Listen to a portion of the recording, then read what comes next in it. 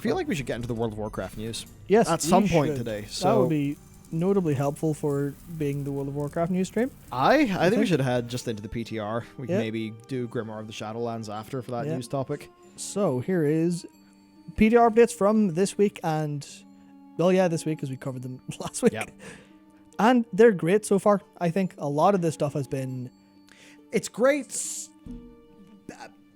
Big scale, great. Yes. Short scale or small scale, microscope into it.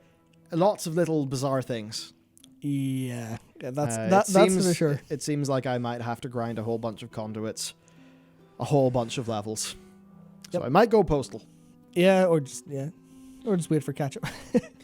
Wait for 9.2 when they fix it. No. Yeah. So I guess we'll start at the most how do I put this, perplexing topic. Yeah, this Keystone trading ellipsis ? Yeah, the way they've done this is so truly bizarre, and also it's really bizarre because it's the one time where I feel like conduit energy could have worked. Which I know. Hold your horses. Not yes, actually. I not get actually. You. I think I get you. So, just to give you all TLDR then, there's an NPC. He will spawn at the end of a Mythic Plus dungeon run if you time the key. And when that happens, you are able to exchange a key that is at or below the level of the key that you just completed. Yes. And he'll give you another one. Yes. If you finish a 15, anyone in the group with a 15 or below can... I'm not sure if you can trade it specifically or get a reroll. I couldn't find any information on that when I was looking earlier today, but at some capacity you can get another chance at a key, ostensibly. I would hope it would be trading directly, but I can't imagine that because that would be too easy. And we have just lost. No, there we go. Yeah, hard to do. It's a one-time Keystone exchange. But yes. Yeah, so that's basically what's going on. Now, there are odd things about this. Like if... Oh, there goes the capture card. Cool. All right. let me I love streaming technology. Yeah. Let me solve this. This is Hey, French tickler. I'm going to Thank you throw for joining. I'm going to drop you. I'll throw drop the you a camera on dick you. salad. Yeah, so the way that this works, right, is you will be able to exchange your Keystone. This is obviously something that people have wanted for a long time. They have wanted it since Legion. It's finally here in a way. Here we are. But there are some issues. And the one that Dakor pointed out when he was doing... it's great, Dakor now. He compiles all the news, and he's so helpful. Thank you, Dakor. Yes, thank you. But yes, his thoughts here are... is this the one about devaluing keys? Maybe it's not that one. But no, it's not that one. It was the thing, basically, right, where if you're a stable push group, and there's a key you really want to get changed, you're actually incentivized to deplete that key, to lower its level, before you do a run, to time that run, to exchange the key you just depleted. Which then means if you fail to time that run, you will feel very bad. So there's a bunch of weird incentives here. Not incentives, it's just weirdly structured. I may as well just say what I think would be way easier here. Yeah. Now, the one thing a lot of people would say is, just let me exchange it. Just give me a Keystone vendor or something. Yeah. To which I can absolutely see why people would want to do that. There is a bit of me, though, that would kind of wonder, well, does that create a weird thing where people hyper-optimize into a small number of dungeons? Almost definitely. And then that's going to create issues if the gear that's really good for your class is in a dungeon that's not one of the ones that gets hyper-optimized. Yeah. So I can understand them not wanting to totally do that. Even though it is, as you point out, quite defensive in how it's designed. Yeah, that's fundamentally where my problem comes from. And it's like, I feel like the design space they're working in is a little bit too limited to an extent. Because they always have, like, problems and then they defend against those problems. And, I mean, this is really fucking rich for me to say as a literal armchair designer here. Like, but... There's probably a solution outside of the box that would solve these problems instead of them having to, like, basically band-aid fix everything all the time. Yeah. And that's kind of what it feels like to me. And it's like I was writing in my thoughts here for this stuff, and it is the idea of, like, it's defensive design. So because if you just make it open, there'll be loads of problems. People will never go into the undesired dungeons, even if you need to. And, even then, it might just be like a Maw of Souls spam affair for a lot of people. I mean, Which would not be fun. Yeah, that wouldn't be fun. I mean, you wouldn't really want to do that anyway, etc., etc. But it's the idea of think a little bit outside of it, which is like, I think, let people choose and then deal with the results of the dungeon design. And kind of like almost, it's not like kicking the can down the road. It's like solving the problem one step down. Yeah. So instead of solving this problem in a really awkward way, let it go until there's a better solution somewhere else. Like envision later down the chain where solutions are. Like my idea is obviously like, let people pick a dungeon and then further incentivize joining a random queue or rolling your key randomly or something like that.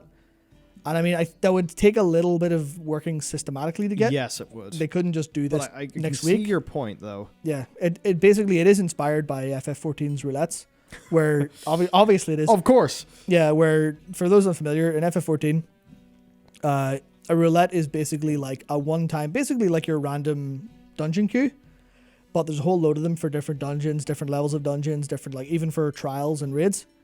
Once a day, you get a big reward for those, and that includes like end game progression stuff.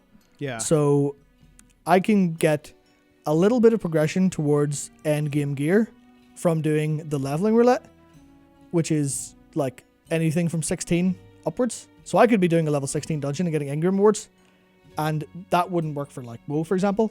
Not with how they design it, no. Yeah, but the idea is, all of that stuff is populated because it's incentivized there.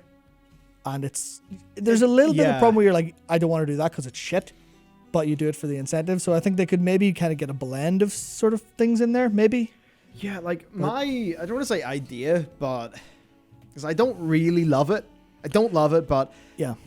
So conduit energy being there to throttle how much you tweak your character sucks because you feel like your character is you. So whenever the rules of the game infringe on you and your character, it feels extremely egregious.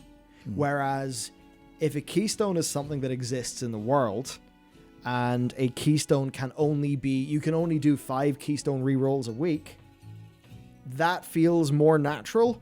And I can get how it is a little bit abrasive, but it's nowhere near as abrasive as, say, how conduit energy works for your character.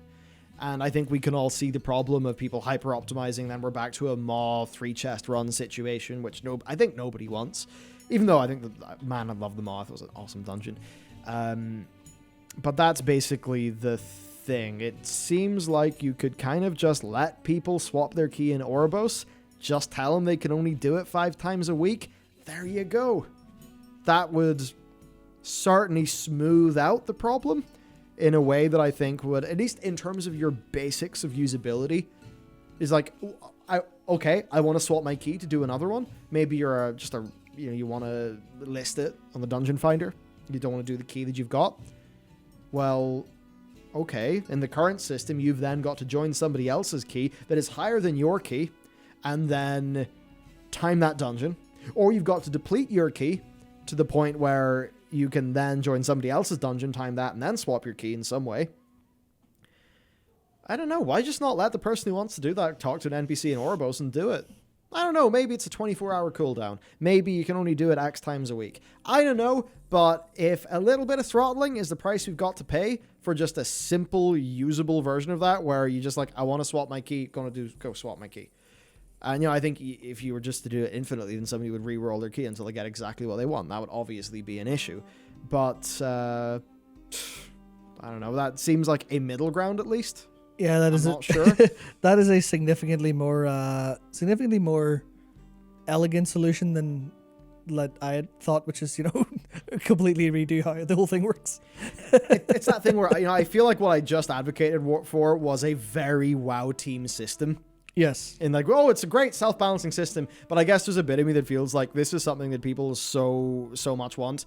And if we don't have enough time to completely change up how dungeons work so that we can do a bigger system we'd love, I guess I'd sort of say, is it not pragmatic to just get people something that'll get them a bit closer to what will make them happy? I mean, yeah, for now at least, like, and even then, I mean, if people are happy, go for it, like. Yeah. So, it's a weird situation. I can't particularly say I love it. Dakor says, just let people do the keys they want to do, smiley face. To which, I mean... sort of agree. I mean, I agree with the concept, but it's the kind of thing where there will, like, there it's obvious to me at least, and I guess to like you and to the Blizzard devs, and I'd say most people, that there is that kind of problem of people will play the game wrong if they're given freedom. And that's sometimes, but yeah. That's only the case if you set up bizarre incentives at the start. Great example being, why you would want to run a Maw 3 chest run instead of a Trial of Valor 3 chest run, where it's like the problem in that case is not the player. The problem is you, the developer, designing things so that would be the natural emergent meta from what a player acting in their own self-interest would do. And I think that's the thing. So it's like, people will ruin their fun, and it's like, they will, but they'll kind of do that in a way where it is actually logical and rational in their head because of how the dev has made the game, even though that's not what the dev intended. Yeah. So that's the tricky design part of all of this. Yeah, I really I mean, we can armchair dev all we want. They definitely have a difficult time. Yeah. I mean, always have since 2003, 4. Yeah, pretty much. Yeah, poor souls, but yeah. So like, I appreciate there being something here. It does move us a bit further along the direction that I think a lot of people want to go. Like, there's certainly times where if I have a key and I don't know, maybe it's a plague fall and I'm sleepy, it's like maybe I won't want to do that. So it would be nice to get something like this going on. But for a lot of people, this isn't going far enough. Yeah, I think one of the clear things is it's a please play the game more in order to do what you want problem. And actually, let's get a little bit more into that.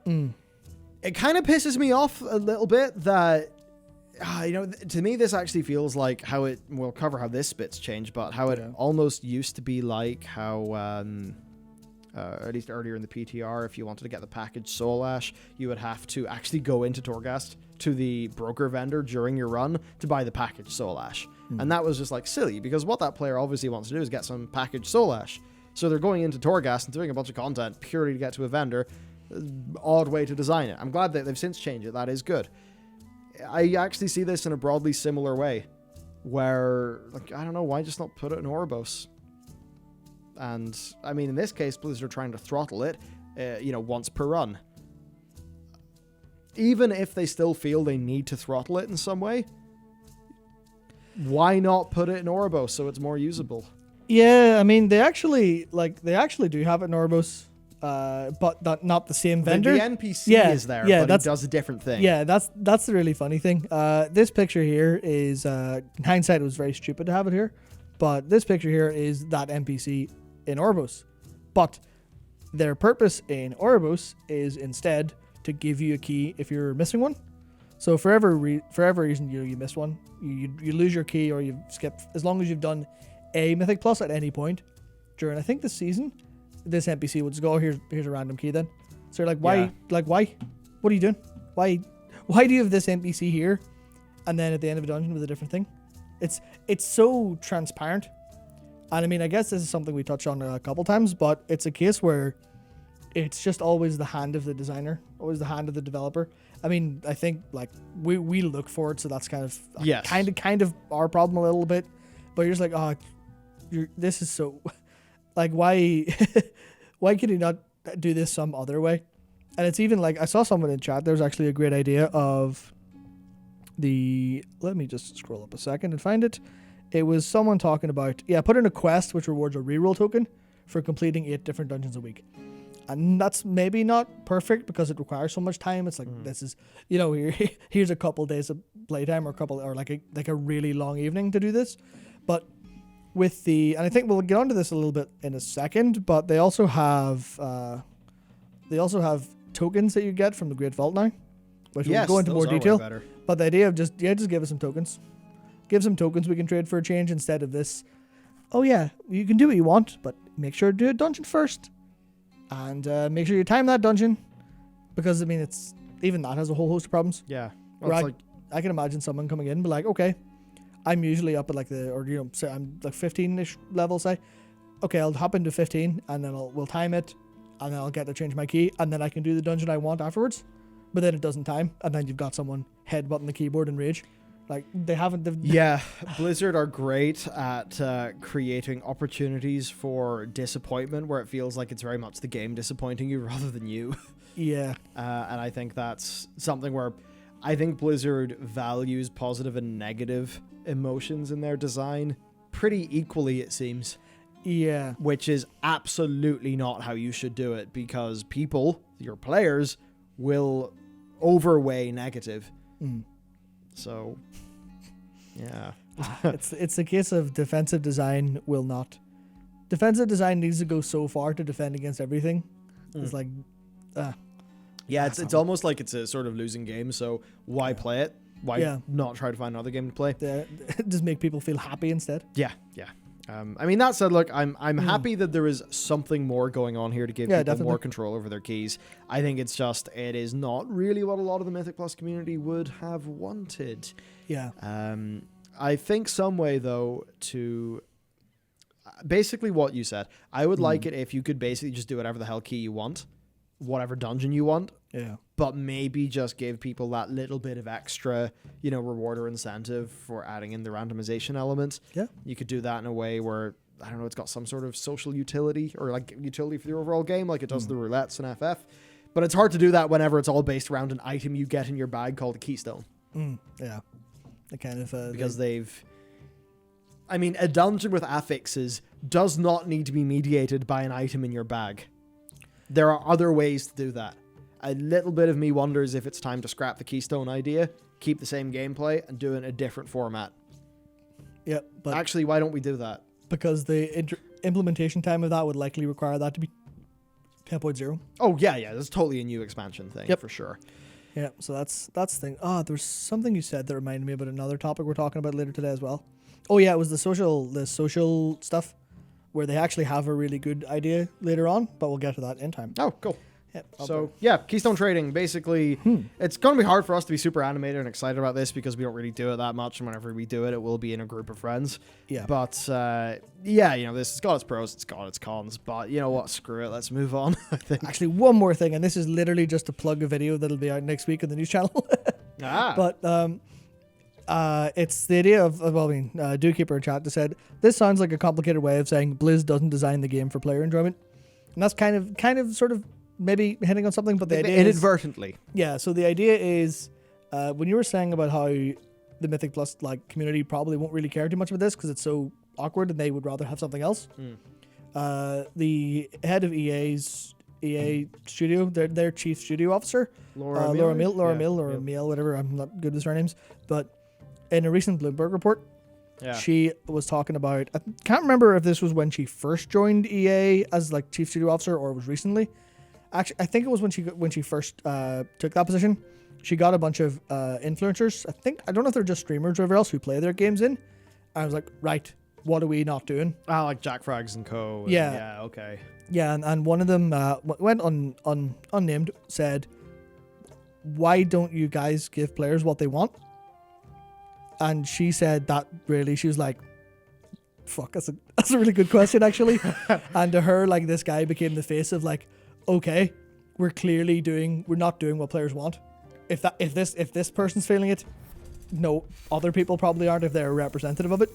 And then went and sent the 70 people off to fix Battlefront 2, and then started her whole crusade of, these games are going to be a bit better now.